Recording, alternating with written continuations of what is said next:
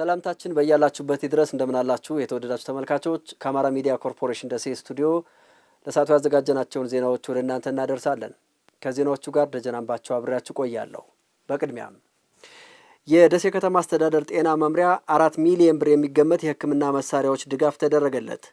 ድጋፉ በግብዓት እጥረት ምክንያት አዲስ ተገንብተው ስራ ያልጀመሩ የጤና ተቋማትን አገልግሎት ለማስጀመር እንደሚያስችል ተመላክቷል። ሳሙኤል ኪሮስ ዝርዝር ዘገባ አለው። የፌዴራል ልዩ ልዩ መስሪያ ቤቶች ከባለ ሀብቶችና ባለድርሻ አካላት ሀብት በማሰባሰብ በደሴ ከተማ አዲስ ለተገነቡ የጤና ተቋማት የሕክምና ቁሳቁስ ድጋፍ አድርገዋል። የህዝብ ተወካዮች ምክር ቤት አባሏ ዶክተር ማህተም ኃይሌ የጤና ተቋማቱን ስራ ለማስጀመር የሚያስችሉ መሳሪያዎች ድጋፍ ተደርጓል ብለዋል። አዳዲስ የተከፈቱት ጤና ጣቢያዎች አሉ። አሁን ለምሳሌ ይሄን አዲስ የምታዩትን ጤና ጣቢያ ለማስጀመር ሁሉ ማቴሪያል ያስፈልጋል። ሆስፒታሎቹ አገልግሎት ስኮፓቸውን እያሰፉ አሁን ከጀነራል ወደ ስፔሻላይዜሽን ሁሉ ገብተዋል። ለዚህ ደግሞ እንዲሁ በርካታ የሕክምና መሳሪያዎች እያስፈልጓቸው መጥተዋል። አጠቃላይ ጤና ኬላውን ቢሆን እንደዚሁ ይፈልጋል። እነዚህ መሰረታዊ ያልናቸው ያስፈልጋልና እነዚህን ታሳቢ ያደረገ ደግሞ ከተማ አስተዳደሩ ጋር ሆነን አንድ ላይ በተደራጀ መንገድ የሀብት የማሰባሰብ ስራ እየሰራን ቆይተናል። በዚህም መሰረት በፌዴራል የሚገኙ ተቋማት ይህን ድጋፍ አድርገውልናል። በጤና ተቋማቱ ላይ በሰሜኑ ጦርነት ከፍተኛ ጉዳት ደርሷል የሚሉት የደሴ ከተማ ጤና መምሪያ ኃላፊ አቶ ሰይድ የሱፍና የደሴ ከተማ ምክር ቤት አፈ ጉባኤ ምሳየ ከድር ግንባታቸው የተጠናቀቁ የጤና ጣቢያዎችን ወደ ስራ ለማስገባት ድጋፉ ከፍተኛ ሚና እንዳለው ነው የተናገሩት። እዚህ ከተማ ላይ በጦርነት ምክንያት ጤና ላይ ብቻ የደረሰው ረጅም ዓመት የካበተ ሀብት ከ6 ቢሊዮን ብር በላይ የሚሆን ዋጋ ያላቸው ሀብቶች ናቸው የወደሙት። የተዘረፉትም የተቃጠሉትም የተሰረቁትም እና ብዙዎቹን መልሰን እያቋቋምን ነው ገና ማለት ነው። እና ነባሮቹም እውነቱን ለመናገር ይፈልጋሉ። በጣም እጥረት አለ። ወደ ነበሩበት አቅም ገና አልተመለሱ።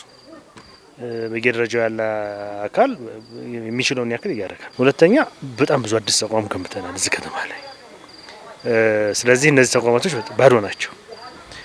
አሁንም ገዛውን በጣም እንፈልጋለን። ይሄንን ሀብት የማሰባሰቡ ስራ በአገር ውስጥም እስከ ውጭ ያሉ ህብረተሰቡን ባለቤት ሆኖ አግዞን በተሟላ ሁኔታ ስራ እንዲጀምሩ ማድረግ ካልቻል የመንግስት አቅም ብቻ አይቻልም ማለት ነው። በመንግስትም በተለያዩ ድጋፍ ሰጪ አካላትም መልሶ የማቋቋም ስራ ስንሰራ ቆይተናል።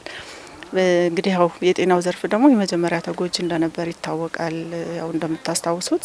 ስለዚህ በጤናው ዘርፍ ያሉ የመሰረተ ልማት ችግሮችን ለመቅረፍ በተለይ ከግንባታ ጋር ተያይዞ የነበሩ ክፍተቶችን እነሱን መልሶ የመገንባት ስራ ተሰርቷል። በግብአት ደግሞ የተጓደሉ በጣም በርካታ ስራዎች ስለነበሩ ዘርፉ ላይ ያንን በግብአት የማሟላት ስራ ስንሰራ ቆይተናል። ዛሬም ከ4 ሚሊዮን ብር በላይ ሊያወጡ የሚችሉ አገልግሎት ሊሰጡ የሚችሉ ግብአቶችን አስረክበናል። የሕክምና መሳሪያዎች ባለመሟላታቸው እስካሁን ወደ ስራ እንዳልገቡ የተናገሩት የመናፈሻ ጤና ጣቢያ ኃላፊ ኢዮስያስ አንዳርጌ በፌዴራልና በክልል ተቋማት የተደረገላቸው የሕክምና መሳሪያዎች ድጋፍ አገልግሎት ለመጀመር እንደሚያስችላቸው ገልጿል። ይህ ተቋም በምታዩት መልኩ ስታንዳርዱን በጠበቀ ሁኔታ የተገነባ ተቋም ነው። ነገር ግን እስካሁን ድረስ ስራ መጀመር አልቻልንም። በተለይ የሕክምና መሳሪያዎች እንደምታዩት አሁንም እየገባልን ነው። በክልል ጤና ቢሮ ድጋፍም የገቡ የተወሰኑ ማቴሪያሎች አሉ። ትልቅ የሆነ ድጋፍ ተደርጎልናል። ኦልሞስት ይሄ ተቋም ሲሰራ ወደ 69000 ያክል የህብረተሰብ ክፍል ያገለግላል ተብሎ ነው የተሰራ። አሁን በቅርቡ የጤና መድንም ንቅናቄ ላይ ሲነሳ የነበረው በህብረተሰቡ የሚነሱ ጥያቄዎች ተቋሙ ወደ ስራ እንዲገባ ማህበረሰቡም በተደጋጋሚ ጥያቄ እያቀረበ ስለሆነ እነዚህ ነገሮች ተሟልተውልን ወደ ስራ ብንገባ የተሻለ ይሆናል የሚል ሀሳብ አለኝ። አሁን የተደረገው ድጋፍ በቂ ነው ባይባልም ችግሮችን የማቃለል አስተዋጽኦ ከፍተኛ ነው ያሉት የህዝብ ተወካዮች ምክር ቤት አባሏ ዶክተር ማህተም ኃይሌ መሰል ድጋፎች ተጠናክረው እንደሚቀጥሉ ተናግረዋል። በኮምቦልቻ ከተማ አስተዳደር ማህበረሰቡን ተጠቃሚ የሚያደርጉ ልዩ ልዩ የልማት ስራዎች ተጠናቀው ለአገልግሎት ክፍት ሆነዋል። አገልግሎት መስጠት የጀመሩት ፕሮጀክቶች በማህበረሰቡ ተሳትፎና በሴፍቲኔት ፕሮግራም የተሰሩ መሆናቸውን ከተማ አስተዳደሩ ገልጿል። መሐመድ በቀለ በኮምቦልቻ ከተማ አስተዳደር በህብረተሰቡ ተሳትፎና በሴፍቲኔት ፕሮግራም የተሰሩ የተለያዩ ልማቶች ለአገልግሎት ክፍት ሆነዋል። የከተማው ነዋሪ የሆኑት ወይዘሮ ደስታ በጋዝና አቶ መሐመድ ሲራጅ ከዚህ በፊት የቆሻሻ መጣያ በመሆኑና ላላስፈላጊ ግጭትና የጤና እክል ይዳርጋቸው የነበረውን አካባቢ ማህበረሰቡን በማስተባበርና በተደረገላቸው የሴፍቲኔት ድጋፍ ወደ አረንጓዴ መዝናኛነት መቀየር መቻላቸውን ገልጸዋል። ሽንት ይሸናበት ነበረ። ለልጆቹ ሽንቱ ሲሸታቸው ምን ሲል በጣም ይታመሙ ነበር። ገራጋንቲ ነው አፈሩም ዝም ብሎ ለልጆች ጨዋታ ምቹ አልነበረም። አካባቢያችን ንጽህና የለውም ነበር። አሁን ግን በጣም ደስ ብሎናል። ህብረተሰቡም ደስ ብሎታል። ልጆችም ደስ ብሏቸዋል። የመጫወቻ ማግኘታቸው በጣም ደስ ብሏል። አሁን ለወደፊቱም ለሰርግም ሆነ ለምንም ሆነ በደስታ በጽዳት ድግሳቸውንም ሆነም መጫወታቸውንም በደንብ አድርገው ይጫወታሉ። በቀደመው ጊዜ ይህ አካባቢ በጣም ቆሻሻ የሚጣልበት ምቹ አልነበረም። በዛ ላይ ቆሻሻ የሚስቡ መኪኖች ሁሉ እዚህ እንደ ፖርት መሰብሰቢያ እያደረጉ ይጠቀሙበት ነበርና ከዛ ሁሉ ለማጽዳትና አካባቢውን ደግሞ ምቹና ጽዱ ለማድረግ በሚል ሀሳብ ወደፊትም ደግሞ ከዚህ የተሻለ እንዲሆን ይሄ አካባቢ እንደምታዩት አሁን የአይን ማረፊያ ነው፣ ግን ፍሳሽ በቂ ፍሳሽ የለውም። ኮብልስቶን እንዲሆን እንፈልጋለን። የከተሞች ምግብ ዋስትና መስራት የሚችሉ እጆችን ወደ ስራ ማስገባት ከተሞችን አረንጓዴና ውብ እንዲሆኑ ማድረግ ዓላማው መሆኑን የገለጹት የኮምቦልቻ ከተማ አስተዳደር የምግብ ዋስትናና ሴፍቲኔት ጽሕፈት ቤት ኃላፊ ወይዘሮ ታፈራው አሰግደው በዚህ ዓላማ የተሰሩ የተለያዩ ፕሮጀክቶች ማህበረሰቡን ተጠቃሚ እያደረጉ መሆኑን ተናግረዋል። በአጠቃላይ 3 ፕሮጀክቶችን ዛሬ አስመርቀናል። አንዱ የመጸዳጃ ቤት ነው። ባለ 6 ክፍል መጸዳጃ ቤት ገንብተናል። ሌላኛው የግሪነሪ ስራ ነው። አንዱ ውብ ማራኪ ማድረግ፣ መንደሮችን ጽዱ ማድረግ፣ አረንጓዴ ማድረግ የሚለውን ስራችን የተገበርንበት የታዳጊዎች መዝናኛ ፋይዳው እንግዲህ የኛም ተጠቃሚዎች ልጆች፣ ሌሎችም ማህበረሰብ እዛ ቦታ ላይ እንዲዝናኑበት እንዲጠቀሙ የምናደርግበት ነው። አጠቃላይ የዘላቂ ኑሮ ማሻሻያ ውስጥ እንዲገቡ በርካታ ስራዎች ተሰርተዋል።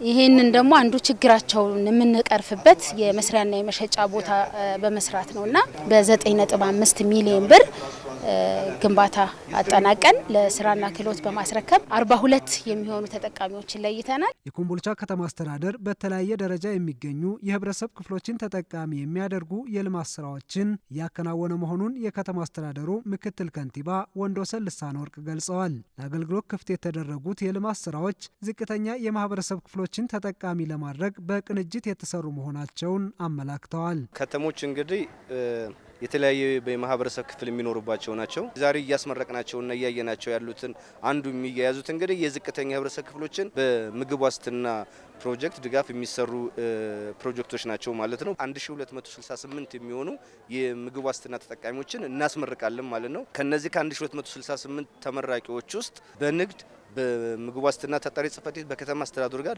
በቅንጅቱ ነው ተመልምሎ ሰልጥነው ተዘጋጅተው አስፈላጊ ድጋፍ ሁሉ የብድር የሙያዊ ድጋፍ የስልጠና ሁሉ በቀጣይነት የሚደገፉበት ይሄን ፕሮጀክት ዛሬ በማስተላለፍ ላይ ነው የምናገኘው ማለት ነው። ከተማ አስተዳደሩ ሰው ተኮር የሆኑ የልማት ስራዎችን ቀጣይነት ባለው መልኩ አጠናክሮ እንደሚሰራ ተመላክቷል። ልዩ ድጋፍ የሚያስፈልጋቸውን ወገኖች የስራ ዕድል ተጠቃሚ ለማድረግ እየሰራው ነው ብሏል የኮምቦልቻ ከተማ አስተዳደር። ዘጋቢያችን ሳላዲን ሰይድ የአካል ጉዳተኝነት ሳይገድባቸው በአገልግሎት የስራ ዘርፍ ተሰማርተው ራሳቸውንና ቤተሰባቸውን እያስተዳደሩ ካሉ የህብረተሰብ ክፍሎች ጋር ቆይታ አድርጎ ተከታዩን ዘገባ አሰናድተዋል። የኮምቦልቻ ከተማ አስተዳደር በትኩረት የስራ ዕድል ከሚፈጥርላቸው ወገኖች አካል ጉዳተኞች በቅድሚያ ይጠቀሳሉ። ወይዘሮ አዲስ አበረና ሰናይት ሞላ በኮምቦልቻ ከተማ ነዋሪ ሲሆኑ ከተማ አስተዳደሩ የስራ ዕድል ከፈጠረላቸው መካከል ተጠቃሽ ናቸው። በተፈጠረላቸው የስራ ዕድልም ራሳቸውንና ቤተሰቦቻቸውን እያስተዳደሩ ነው። ማህበሩ ሻይ ቤት ነው። ፋጡማና ገነት ጓደኞቿ ነው የሚለው መጋቢት ብንደርስ 2 ዓመታችን ነው። ይህንን መንግስት ነው ይሰራልን አደራጅቶ በቀበሌ ስራ ተገባን። በእርግጥ እግዚአብሔር ይመስገን ለውጥ አለ። አንዷ 12 ዩኒቨርሲቲ ነው ያለችው እየተማረች ነው። ሁለተኛዋ ይች ናት። 2 ናቸው ያሉ ልጆች፣ እኔ ጋር 3 ነን። እኔ በራሴ ነው ማስተዳደራቸው። ጅማሬያችን ደስ ይላል። እየሰራ ነው። 3 ነን ተደራጅተን ነው የምንሰራው አካል ጉዳተኞች። እኔም ለልጆቼ እነሱም ለቤተሰቦቻቸው ለልጆቻቸው የምንሰጠው ነገር አለን። ገብቷል እዚህ በመስራታችን። ስለዚህ ጥሩ የስራ ዕድል ተፈጥሮልናል። ነገ ደግሞ ከዛሬ የተሻለ ይሆናል ብዬ አስባለሁ። ጠንክሮ መስራት ከተቻለ መለወጥ ይቻላል ያሉት ወይዘሮ አዲስና ወጣት ሰናይት ሌሎች አካል ጉዳተኞችም መንግስት የሚፈጥረውን ምቹ ሁኔታ መጠቀም እንዳለባቸው መክረዋል። አካል ጉዳተኛ ሁሉ ሰርቶ መለወጥ ይችላል፣ መስራት ይችላል፣ መቀየር ይችላል። ምንም አይደለም እንኳን የኛ እንደዚህ ቀላሉ ጉዳት 2 እጅ የሌላቸው ሰርተው መቀየር ይችላሉ፣ ይሰራሉ። ያየናቸው በጣም ግን አይዟችሁ የሚላቸው የሚገድፋቸው የሚያበረታታቸው ሰው ሊፈልጉ ይችላሉ።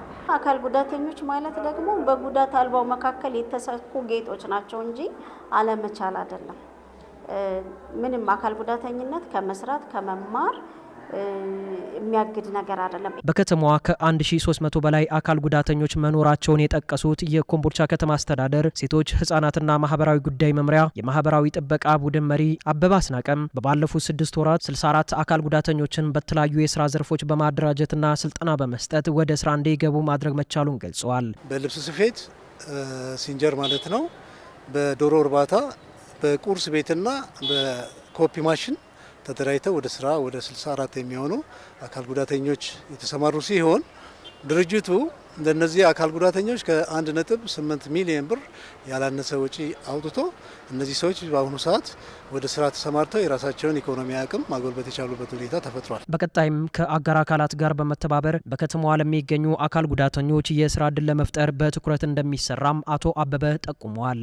በቀጣይም እንደዚሁ በእቅድ ይዘን ከምንንቀሳቀስባቸው አበይት ተግባሮቻችን መካከል አንደኛ አካል ጉዳተኞችን ተጠቃሚ ማድረግ ነውና ከስራና ስልጠና እንዲሁም ከሌሎች አካሎች ጋር በመሆን በቀጣይ ትኩረት ሰጥተን የምንሰራው ስራ ነው። በእቅዳችን ውስጥም ማካተን ያቀርንበት ሁኔታ አለ።